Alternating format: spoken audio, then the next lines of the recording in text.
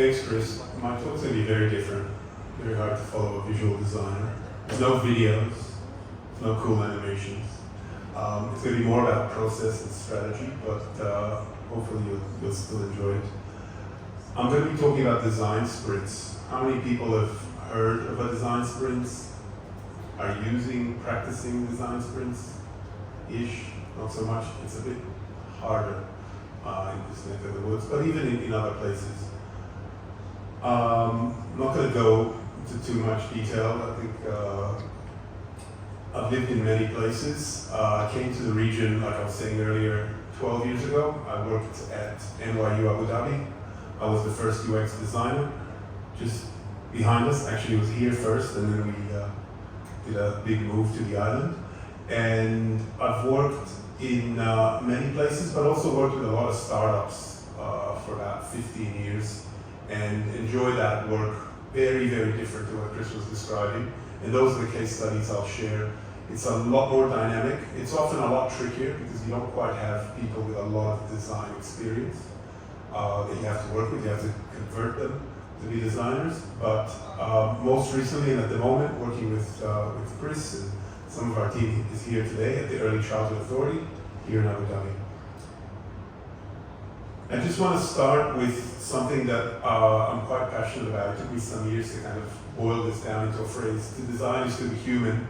I know it's not original, I didn't create that. I'm sure others have said it before. But what I mean by that is that I firmly believe that anyone can practice design. We are all designers. And it's a matter of having the mindset, as Chris was talking about, and I'll share that as well, understanding humans, talking to them, listening to them, observing how they solve the problem today is key to solving their solution for tomorrow. And I think too often we just focus on that solution. And I really think, and that's a big mission of the Meetup, right? That's why we're here and about sharing stories. So everything that Chris has shared, and what I'm sharing as well, happy to share it with you. I'll talk about like some books as well that recommend and other resources. So yeah, definitely try it out. I'll first talk, for those of you that haven't heard about it, very briefly, what is a design sprint. And then I'll share two case studies. One, while I was in a consultancy in Australia, it is a global, pretty reasonably well known, less so here in these parts, but Isobar. And we had a startup come to us with nothing, no image, no logo, no name even. We had to create a name. And we had a very tight time frame to create their minimum viable product. And another one was a startup that I was advising. I did all the early research and then had to align this remote team into creating, again, more holistic designs and did some lessons. So, quick question, if not before the end, maybe somebody wants to share. What's a design sprint? You'll pick on me if you want me to hand up. Let's see. You're staring at me, you're like smiling. Come on. So design sprints, I believe it was created by Jake Knapp while he was at Google. It's basically a way to get a bunch of people in a room, validate a solution, come up with a solution, validate it, and test it. So it's trying to get people who are in like a busy schedule, how do we focus our efforts in 5 days and come up with a tangible, actionable solution for products the business has at any given point within 5 days. Do you want to step up here? I'll sit down. That was pretty good, Betsy. Put you on the spot. The traditional product life cycle, and it's obviously changed, right? But there are still many companies that hold this. I think that's the challenge for a lot of us, is we have an idea, we build it, we launch it, and then we learn. But that can be very expensive. That can create a lot of waste. The more we design before we validate, the more potential for waste. The more we develop, even more expensive is that waste. Because if we've gone in the wrong direction and we have to pivot, then that's a lot of hours and a lot of energy and a lot of effort that could be gone in the wrong direction. So a design sprint is about creating a shortcut of that process. We go from idea to learning as fast as possible. The definition, yes, as Betsy said, it was coined by Jake Knapp at Google, it's a 5-day process that for answering business questions through design, prototyping, and testing ideas. Now, Jake didn't invent this thing. He happened to be, as Chris and I said, it's not always the first to market that dominates. It's the person who's in the right place at the right time and can package it in the right way. Sometimes it is the first mover advantage. Something that I've been using for a long time is design sprint-esque, but it can be done in 3 hours.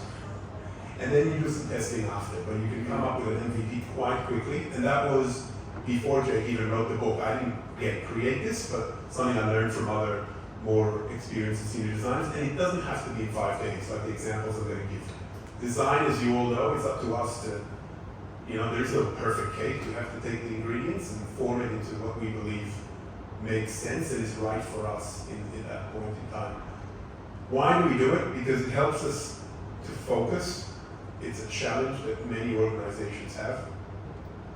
You have your team focusing on the same problem, aligning, let's get in the room, all the knowledge that we have. It's efficient, there's time constraints. It's not designed by committee. We have a decider, which again is a challenge we all have, right? We like to discuss and brainstorm, and argue and debate. Sometimes you just need to set clear time, make a decision and move forward. Even if it's the wrong decision, we'll let our customers and we validate, let them speak for us. And like I've been saying, you can get to a prototype quite quickly, in 5 days or less or more. If you don't have the right people or the right time to do that, you can take 2 or 3 weeks and get to that point in time. How do you run it? You need a big challenge, a team of 5 to 7 people. Ideally, if we have too many people, it becomes challenging. Again, I'm sure we've all experienced that. And if we have too few, then maybe we don't have the right expertise in the room. We need a facilitator, someone that's ideally done it before, a decider, someone with the right business knowledge, the right buy-in to just say, this is the decision we're making, let's move forward, or we don't vote, move forward. And ideally, at the end, at least 5 users to test whatever we come up with. What we need, we ideally voting on ideas to move forward, some post-it notes and time-framed activities. The common challenges that are used to solve design sprint, this is the other mistake I think we often make as designers. We sometimes get excited about the process and we're like, I will do this, everything. I fell into that trap when I first came across design sprint. It's not for absolutely everything. If you can ask someone next to you an obvious question, you don't need to get out of the building and test it, right? We have enough common experience and knowledge. Yes, I'm not saying we don't validate, we do validate, but ideally you have something that you need to align on, you buy from the company, and you need a decision on where do we move forward from here. So the first example I'm going to share is about something I know little or no about, which is great. It gave me a lot of confidence that even when we do something super complex, like Chris sounded like he knows cars. I don't know how much he knew about cars before he joined the company, but he knew a lot. So we do need, I'm not saying we can get away with zero subject matter expertise, but sometimes, like in this case, this was dealing some very complex engineering. A GERO that was initially called Offshore Decommissioning Consultants, horrible long name, came to us. The challenge was they were experts in comparative assessments. So looking at how do you decommission these big, ugly things. So often when they stay in the ground for 20 or 30 years, they become habitats. Corals form around them. You're better off leaving what's underneath the surface of the water there than actually removing it for the environment. But there's other considerations to take into account.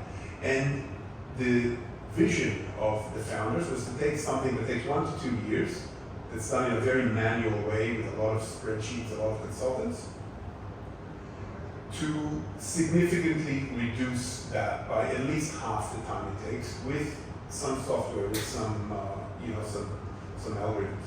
So they, like I was saying, they had no brand, no colors, no identity. Nothing. And they required everything because they wanted to launch within 10 weeks at a big conference for this kind of work in Western Australia. So we had enough time for one design sprint and 3 development sprints. So about 2 to 3 weeks of that design sprint. The other thing that was super hard was this is category design. This is something, designing a new category. It didn't really exist. Identifying the target customer was very difficult. And access to that target customer was even harder. You might know who might pay for it, who are pretty large organizations, but getting access to someone to do that testing, really hard. We knew that up front, but still tried to push. So who was involved? A very small but nimble team. Myself, a guy almost as good as Chris, Reese, who's a visual product designer, a front-end and back-end developer. That was it. As I was saying, 2 weeks to, for that design sprint, another 6 weeks, so we were quite tight with what could be developed, and then, we had to launch this thing. So this was a classic challenge that could be solved with a design sprint. So day one was bringing in the client, the co-founders of the startup, looking at creating product vision, business goals, and your goal in the beginning of that first day is coming up with your how might we. How might we solve this problem? Not jumping to solution mode, but really understanding the problem. Mapping out, and again, this is where I borrowed some things that I've done before. It's not 100% Jake Knapp by the book. What is the current journey? How are you solving it today? They had done prototype on the cheap in the Philippines with just a spreadsheet, so getting the engineers to ask some critical questions so they could, plan ahead. Trying to create a few proto-personas, just getting out of the founder's head. Who's the customer? What, were the users, the different kinds of users, and then coming up with some elevator pitch. So we mapped out, again, before we jump into, even if it's something brand new, how are people solving the problem today? Let's map out that customer journey, create a bit of a blueprint about the different kinds of users we have, how they interact with each other. Who are those, get them focused on the human proto-personas, and then, okay, how are you going to pitch this idea? Day 2, which was not actually the next day, again, like I said, sometimes availability and time, was very much about storyboarding and then looking at success metrics. So, okay, we've got a general idea. Now, before we jump into a prototype, let's look at a day in the life, or a week in the life, or however long it takes to this process. What does it look like? What's a bit of a flow? And again, that's facilitating getting the founder and co-founders to map that out. And then how are we going to measure if this thing is successful? Both from a product sense and also from a more broader sense. Not just focusing on vanity metrics. We've got X number of customers, but what is also going to look like? And let's try to narrow that down. Now, day 3 is totally out of Jake's book. It's not in there, don't look for it. They have no identity. So again, this was just myself and the visual designer coming up with some ideas, something I had done before. We had some inspiration. We asked them to, more or less, we had to ask them to help us to source the materials for this day. And then it was just exercise around what you like from what you see. So bring post-it notes, what you like around iconography, imagery, style, colors, etc. What do you dislike and why? And then getting a bit of a consensus. That was one part of it. And then another part was a bit more detail around the prototype. So going from that storyboarding to, okay, what is the flow? We're going to need a login, we're going to need some selection variables, some criteria, scenarios, and then spit out some sort of results at the end. So a little bit more, paper kind of prototyping ideas. And then it was on our side. As I said, we were consultants, we were the designers, so we created some low fidelity prototypes. Again, didn't want to go into color high fidelity, but just something to get to that frame and usability test out. Really hard, but we did manage to get some of those, some potential clients. And this was a crazy day. I had never done so much testing and had nothing to eat in one day. Because it was not only, because again, it's very hard when you're a consultant because your time is limited, your time is being paid for, so you can't say, oh, we'll take a week, or we're going to do this. You do the time that you're allocated and that the client can pay you for. So at the end of the day, it was lean usability testing on, in those days, it was InVision. We stuck, some dots on here, and again, this is very lean, very rough. Ideally, you'd spend a bit more time. These are the changes we should make directly onto that prototype, and let's agree on what we're changing and what we're not, like there and then. What are the issues? What are the recommendations out of the testing? Then it's more that product side, but design is a crucial element, right, in that. So let's define that MVP. Again, very tight time frame. We only have 3 weeks, so we had to have obviously the engineers. Unfortunately, yes, Western Australia, like Jaguar, not a lot of females in the room. And also this is mining as well, which is not super friendly. And we drew a line around, realistically, what can we do with the time we have? And this was looking at those different, the landing pages, or the journey, if you will, and the features and the requirements, the user stories for each section. And again, you had basically a day to do this and agree on what was delivered.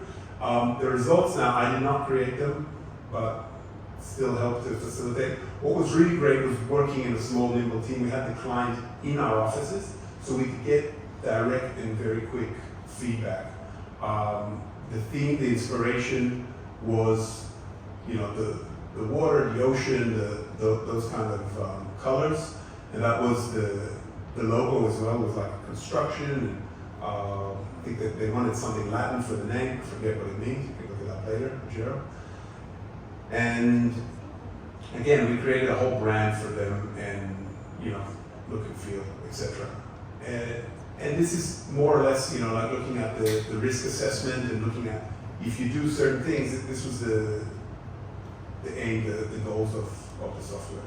So again, this is just an MVP, right? It's not this is the final product in that short amount of time, but it was enough to go to investors, to share with the broader market and launch.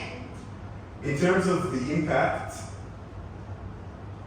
the current state, as I said, was it takes 2 to 3 engineers, a year-long study. I converted about 3.6 million dirham in billable hours. And as a result of using the software, it was reduced by half. You still had to, approximately, right? This is not exact validation. In terms of the delivery, we were able to establish and release these in the right amount of time we needed. We did get some great feedback from the market. At the back of that, they were able to raise, because it's hard, right? When you're selling a dream, you need to sell that and show that concept. They raised $5.5 million. Not crazy, but it's still respectable for an early startup. And they did have established trials with Shell, Woodside, Chevron, those are and Santos, to name a few of their clients. More broadly, I think something we knew up front, but it was even further validated, was upfront qualitative, quantitative research is super important. We didn't have anywhere near what we actually needed to deliver this. Recruitment, something we're facing right now, needs to be started as soon as possible. It's a lot harder. When I say recruitment, I mean getting your customers, getting the right people to test your solution. It's harder, it takes longer than you think it will, so you need to start it as soon as you can, plan for it ahead. Ensuring the right stakeholders are part of the team, also really important. Most of the time we just had that one subject matter expert, that one founder, and he was great, but it was one opinion, one data point. So you're running into a risk there. You don't need to design high fidelity screens. This is one of the best teams I've ever worked with. The front-end developer that I showed you earlier and the visual designer had worked together at a previous agency. So they had some sort of alien subliminal communication. They didn't really need to say or design anything. The front-end developer could do design, like the design system, like it was just amazing to see so much time being saved by doing a process at the very end and then kind of throwing it over the shelf. You don't have that luxury in larger organizations, so when you sit next to each other in a small little team, it's quite great. And collaboration with the client is super important. I think we don't often have this luxury in the region, but having the client just sit with you for like 2 or 3 weeks in your office and be able to get early feedback or direction. If it's not only about their opinion, right? They're subject matter experts. If something's not going to work or it's wrong, you need to hear that as soon as possible. Really important. I'm going to quickly jump to another. This one's a lot shorter, don't worry. Functionally is a very cool startup. They were hit quite hard by COVID, but they're still around. I encourage you all to check it out.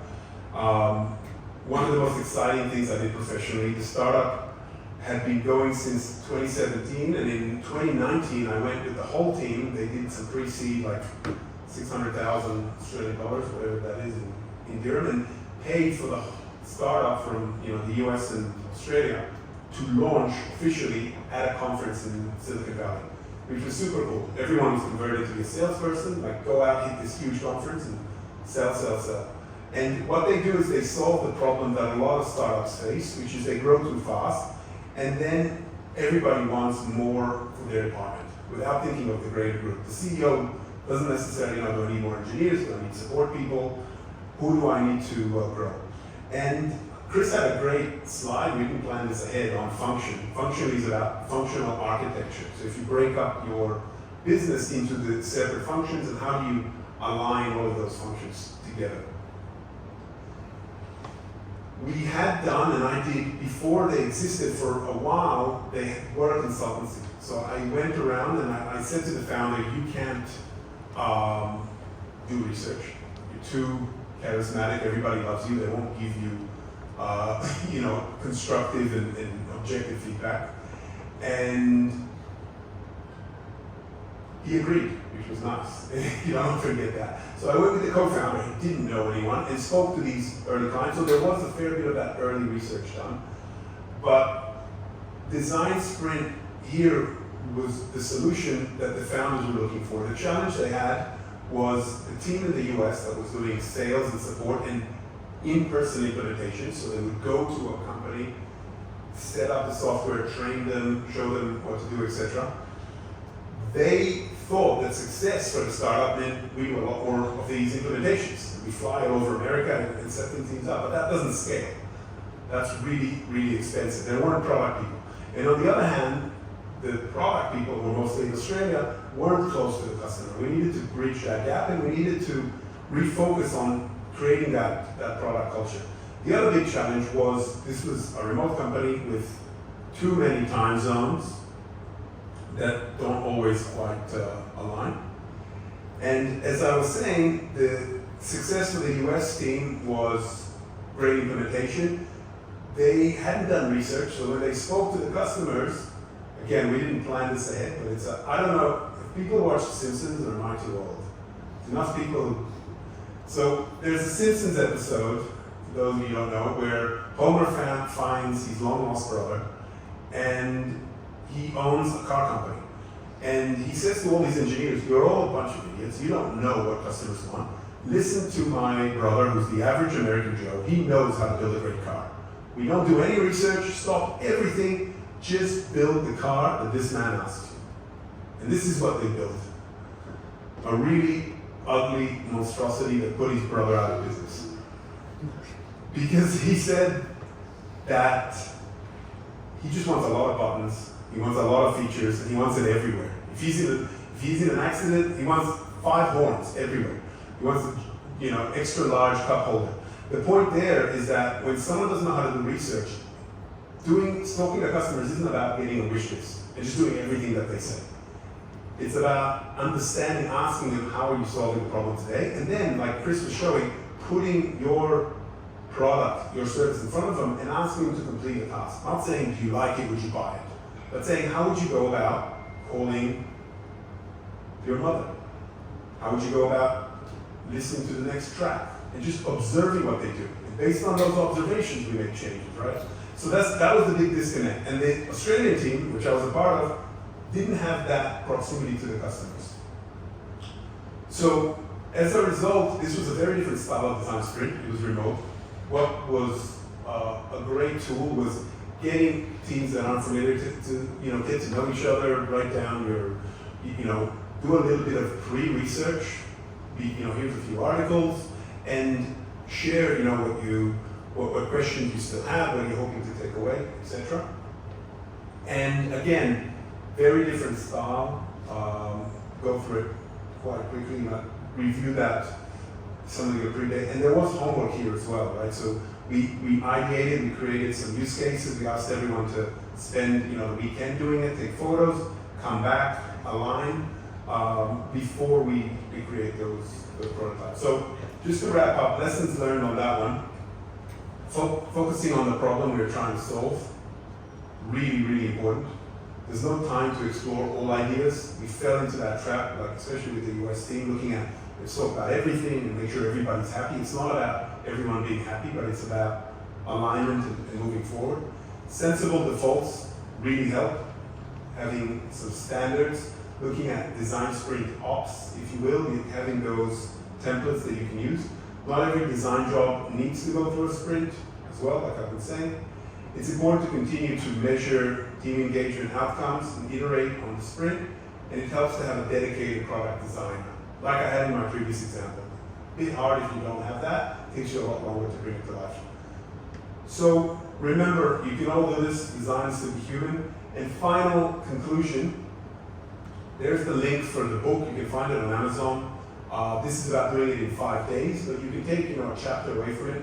There's also AJ and Smart, our company in Germany. They work all over Europe and here as well. They've got some great resources. And you can check out Google's toolkit.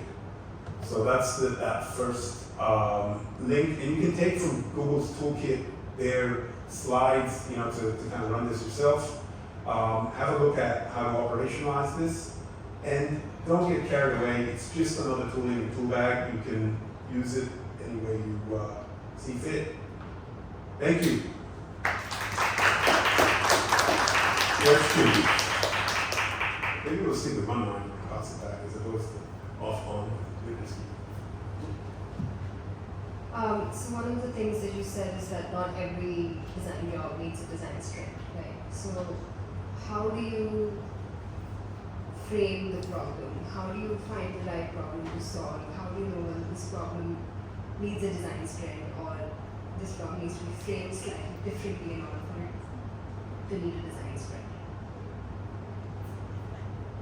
So you can,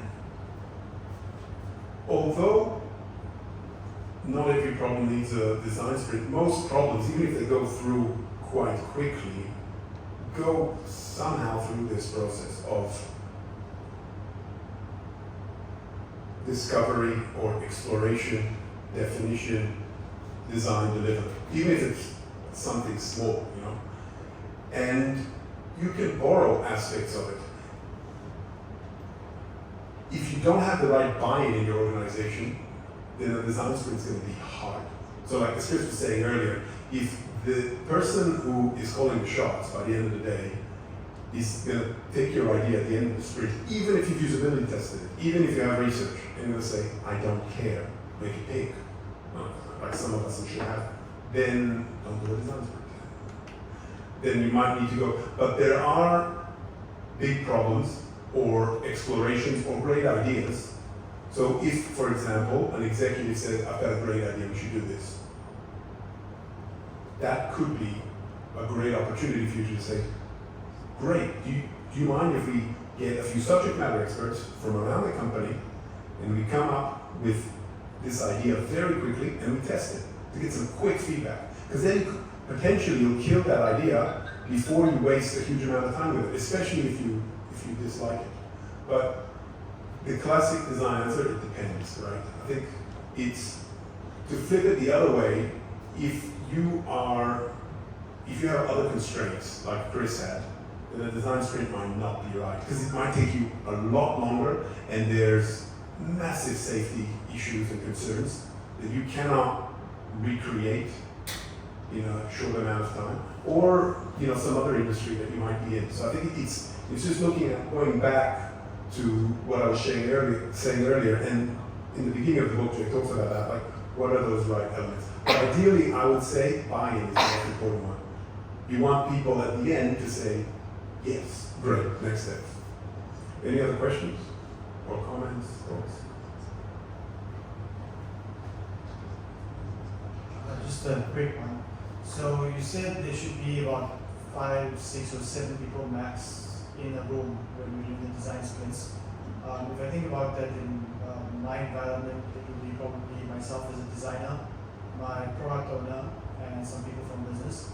How do we then identify the people that need to be in the room? Do we get the product owners to identify that? Or? Yeah, great question, and something I forgot to mention. You can, although there's 5 to 7 core people who are there the whole time, you can bring in experts, and you should. So you could say, we have Sarah here, she's our researcher, she's going to present the research, which is something I did at Property Finder, for example. She's done a lot of research, she's not going to be here the whole time. If we need her, we can call her back in, but she's just presenting research. Now we have Fatima from Customer Success. She's the head of Customer Success. She's done all the reports. She's going to present that. Those are important pieces at the beginning when you're framing the problem that you're having. But now you can have more than 5 to 7 in the room, and sometimes you do, but it can get a bit messy. That's why I'm saying the recommendation is to try to keep those numbers lower. And if you're asking who those people should be, yes, it probably would be like the product owner, product manager. Ideally also the person who's going to build the things, the designer. And it really depends on your situation and what you're doing. You can't say you have to have someone. There should be someone from the business, like a key champion or sponsor of the business, who is going to push this forward. That's the other ideal thing. But again, it depends. Could be people from sales, engineering, etc. It's a great way to get people to buy in from around the business who aren't just your design development. Any other questions? Or questions? Or comments? Yes. Thank you. I'm curious about going through this process. I've been through this process with teams. We've had a lot of fun to come to what we felt was really a great path forward. And then when you're bringing it to that extra layer of senior leadership and they're wanting to change this and this and this after you've already got the feedback from customers and from everybody within that sprint, how do you deal with that? Because I've seen a lot of challenges with that and a lot of pushback on things that we've said, hey, we've already done this and this is why we don't want to change this, but we're just making changes because somebody wants it. Yeah, great question. Sometimes you just have to leave. Go home crying because I say I'm out. But there are other strategies. Chris can say. No, you can add. Happy for you to add. There's a few strategies. I think one thing that we often, something I learned in Australia really well from very senior product people was the first time that senior manager hears about it shouldn't be in that meeting with other people. You need to bring them in as early as you possibly can. You need to share as much as you can. Get them in the room if you can. Otherwise, you need to do shuttle diplomacy, basically, which is going around and getting that buy-in, getting any feedback they might have early. If they can see you've incorporated their feedback, even better, to get their buy-in. But also, I think it's getting that backing yourself as well. So getting your manager or your manager's manager, products, like we saw within that hierarchy, depending on how you lead your businesses, into this thing. I think it's thinking ahead. Don't just do it because you're excited about the process, but what are those next steps? And how does this feed into our OKRs, our objectives and key results, or our whatever other metrics we have as a company? But ultimately, if all that doesn't work, just leave. Yeah, just wanted to add on to that, exactly that. I've been in those situations, and sometimes you can get to that head person, get them to buy in, brilliant. But more often than not, that's the one person you get zero time with, and you chase them around with it. So if you can't tie it to the metrics, the KPIs, the initiatives of the business, always go to the business side because they will care about the money and the numbers more than whatever you're doing. And if you can't do that and do that, always try and get everybody else engaged. Every single person around you and above you, between as many as you can between you and that person. Because more often than not always, 8 times out of 10, a good leader will sit in the room and listen to every other single person from their management before they make a decision. And if every single one of those persons goes like, oh look, this is great, yeah, you did a great job, fantastic, he's got metrics, he's great, then they'll probably go, yeah, okay, let's go with it. But if other people are going, I don't know anything about this, I'm not into it, then why would they go there? They're making those informed decisions, so give them as much information to inform them as you can. I think the other big one is that usability testing. I found that amazing. I mean, sometimes it's hard, but we had in Australia, in one of the places I worked, a new general manager product. So basically on the C-suite, very large company. And in his first week, I said, hey, I'm doing some usability testing with customers. Do you want to come and observe? And at the end of that hour, this was after his first month, he said this was the best hour in the entire month of being. Everyone's lobbying me and trying to get this and that. You didn't ask for anything. You just asked me to observe one of our customers having a pain. Now, it can be dangerous because if they only see one thing and that one customer is totally different than everybody else, it can be a bit dangerous. But on the other hand, it can be powerful because you're letting metrics speak for your actions, you know. So trying to get more of that or sharing it, you know, like there's great ways we can share research. We can turn it into a little, snippet, and software like Dovetail lets you do that super quick. Here's snippets of our customers sharing this thing. Can you please watch it? It's just a video. It's not me telling us what's it. Any other questions? Cool. Thank you. This is, in recent times, maybe ever, our biggest meetup in Abu Dhabi. So thanks everyone for coming.